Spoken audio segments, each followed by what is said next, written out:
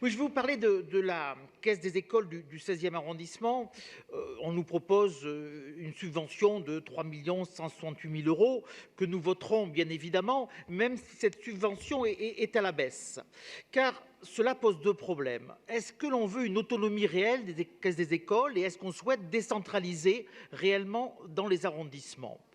Une caisse des écoles bien gérée, est-ce qu'elle doit être pénalisée? La question peut se poser. D'année en année, la caisse des écoles du 16e arrondissement voit sa subvention baisser. Pourquoi? Bien sûr, vous allez nous dire, nous sommes en milieu privilégié, et j'en conviens, tout à fait. Mais en même temps, elle est bien gérée, elle fait beaucoup d'activités, en plus des cantines comme toutes les autres, bien sûr, des activités extrascolaires, des livres, des sorties, et tout ça à l'équilibre. Est-ce un mal d'être à l'équilibre quand on est un organisme public?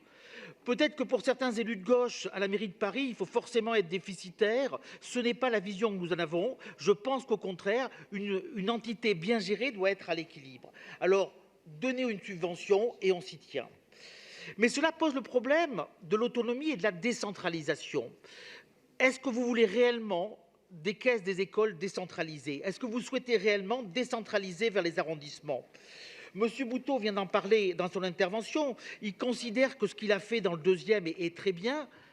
Et j'en suis convaincu qu'il a fait de son mieux. Chacun dans son arrondissement essaye de faire de son mieux.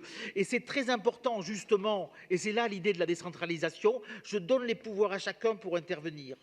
Alors, les caisses des écoles sont des rares pouvoirs des maires d'arrondissement et vous n'avez eu de cesse, à la mairie de Paris, Madame la maire de Paris, de centraliser sur les tarifs. On vient d'en parler sur un règlement intérieur. Vous avez essayé sur les commandes, toujours centralisé.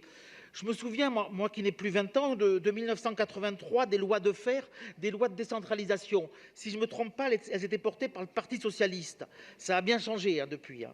Alors, aujourd'hui, si on parle de décentralisation, on pourrait même aller plus loin.